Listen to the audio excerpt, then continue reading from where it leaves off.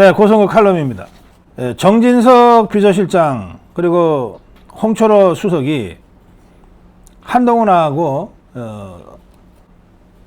저녁을 먹으면서 정점식 정책위 의장 유임을 좀 권했다고 합니다. 이게 윤석열 대통령과 한동훈이 비공개 회동을 한 바로 그날 저녁이었다고 합니다. 이 비공개 회동에서 윤석열 대통령은 아예 당 문제는 당대표가 알아서 하시오. 이걸로 더 이상 얘기를 안 했다고 하는데, 그러면서 그러나 정치라고 하는 건 자기 사람으로 만드는 과정이다. 가급적 많은 사람을 자기 사람으로 만드는데 좀 관심을 좀 가져라. 이 얘기를 했다는 거예요.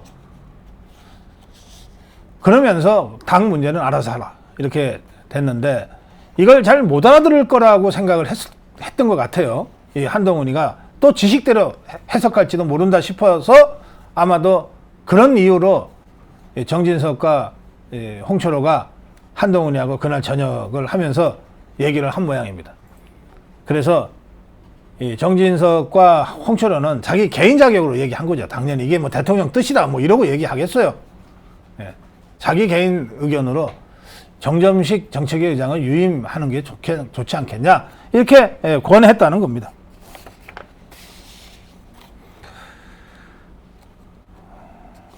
근데 한동훈 측이 아주 당혹해하고 자기들끼리 뭐 호떡집 불난 듯이 뭘 회의도 하고 했겠죠. 그래서 나온 결론은 아니다. 정점식 자르고 확실하게 한동훈 체제를 일사불란하게 가지고 가야 된다. 이런 결론을 자기들끼리 내린 것 같아요.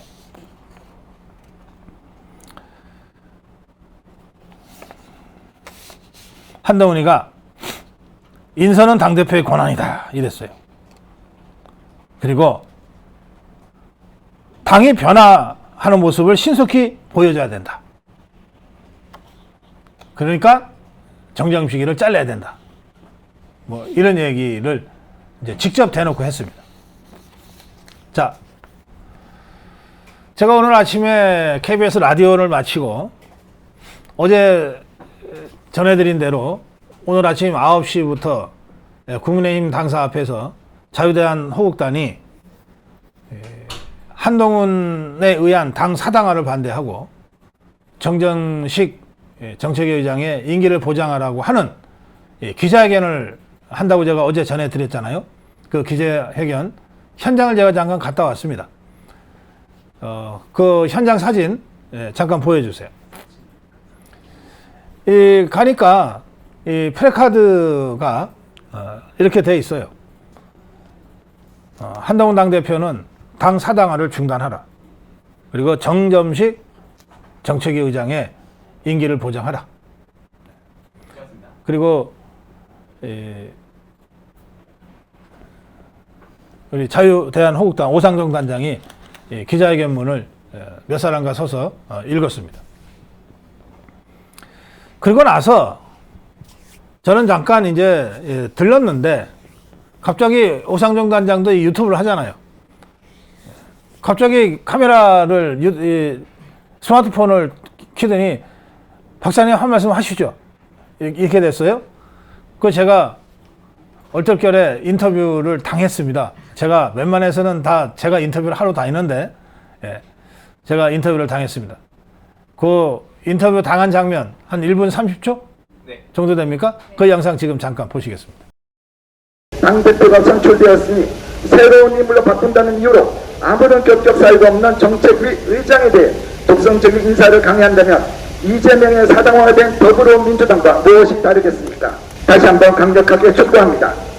한동훈 당대표는 사당화를 즉각 중단하고 원내 주요 당직자, 특히 정책위 의장을 당원과 당심에 따라 추경호 원내대표와 상의하고 균형과 평등의 인사권을 행사하십시오. 자유대한민국당 오상종. 검수완박을 검수원복으로 돌리기 위해서 노력했던 그 한동훈 법무부 장관의 모습을 다시 한번 보고 싶습니다. 자, 여러분, 지금 KBS에 지금 방송하시고 고성국 박사님이 이렇게 오셨습니다. 안녕하세요. 예, 한 말씀. 네. 네.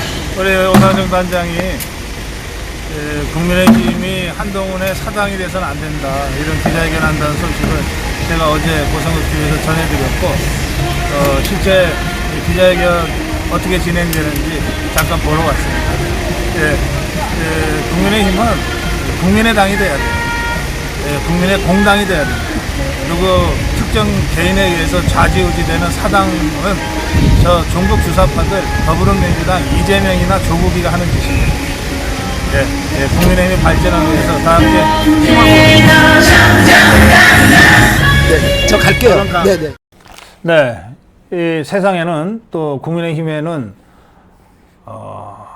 한 딸만 있는 것이 아니다. 그보다 훨씬 더 많은 사람들이 상식과 합리성을 가지고 이 사태를 파악하고 있고 행동하고 있다. 이것을 알리기 위한 기자회견이었다고 저는 생각합니다. 자, 그런데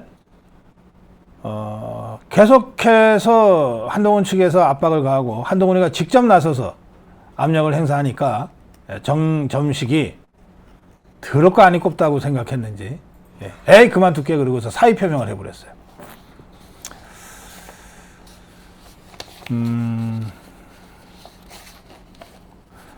정점식은 긴급 기자간담회를 열어서 이 시간부로 국민의힘 정책위 의장직에서 사임한다. 의총 추인을 받아서 선출될 후임 정책위 의장께서 추경호 원내대표와 국민의힘 국회의원들을 잘 이끄셔서 2년 후 있을 지방선거, 3년 후 있을 대통령 선거에서 꼭 승리해 정권 재창출에 기틀을 마련해 주시기를 기대한다 라고 입장을 밝혔습니다. 앞부분이 중요합니다. 자기가 말이에요. 정정식 내가 의원총회 추인을 받아서 선출됐다는 거예요. 임기가 1년인. 근데 나를 이렇게 너희들이 압력 줘서 밀어내? 내 더럽고 안 입고 와서 내가 그만두지만 후임 정책위 의장도 그 절차를 밟아서 제대로 뽑아라. 이 얘기를 한 겁니다.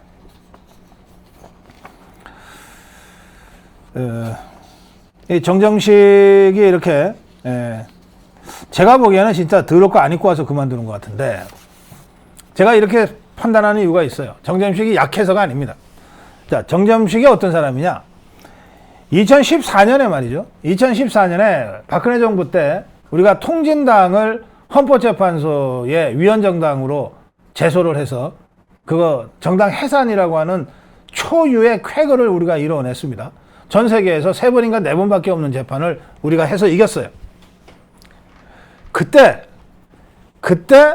헌법재판소의 통진당은 위헌정당이므로 해산해야 된다고 하는 기소를 한 책임검사가 바로 정정식이었습니다.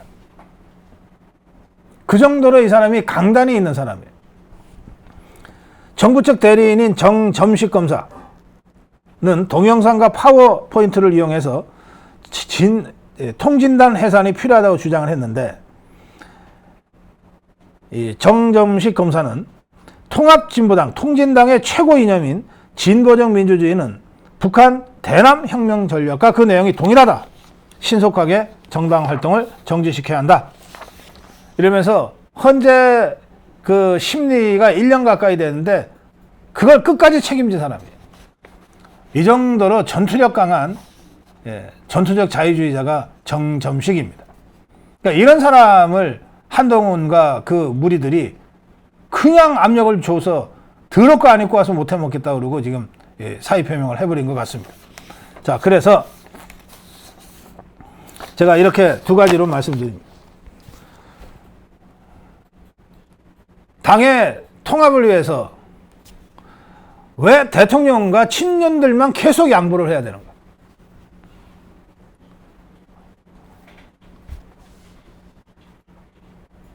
전당대회 이전에 뭐가 먼저 있었냐면 원내대표 선거가 먼저 있었어요. 그때 출마하겠다는 입장을 밝히지도 않았는데 한동훈이 쪽에서 친윤 핵심인 이철규가 원내대표 출마를 하는 것이 자신들에게 부담이 되니까 그냥 이철규를 공격하기 시작했어요. 출마 선언도 하지 않은 사람이 출마 포기를 선언하게끔 몰아갔어요.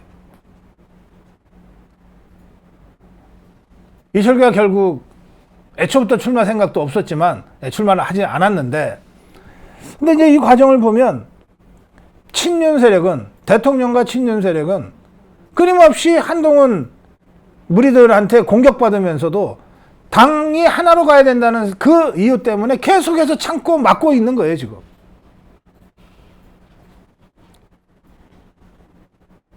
윤핵관에 해당되는 사람들 한번 보세요. 아니, 그 사람들이 죄가 있다면 윤석열 후보 대통령으로 만든 죄 말고 뭐가 있어요? 그런데 그 윤핵관의 장제원이 불출마해서 지금 정치 백수가 됐죠. 권성동 그냥 국회의원으로만 활동하고 있죠. 이철규는 거의 활동을 못하게끔 지금 손발이 다 지금 잘려있는 상태 아닙니까? 그런데도 당의 화합을 위해서 이 사람들이 희생하고 자제하고 이러고 살고 있는 거예요. 그럼 왜 희생과 자제는 대통령과 친윤의 몫인가? 왜 허구한 날 한동훈과 그 한 딸 무리들은 공격하고 탐욕스럽게 자리를 개걸스럽게 주워가면서 겉으로는 통합 하는가 하는 점을 제가 한 가지 지적 안 할 수가 없고, 또 하나는, 자, 그래서 지금 이 정점식의 사의 표명은 이 한동훈한테는 그야말로 이게 쥐약이 될 수 있어요. 모든 걸 다 네 마음대로 한번 해봐.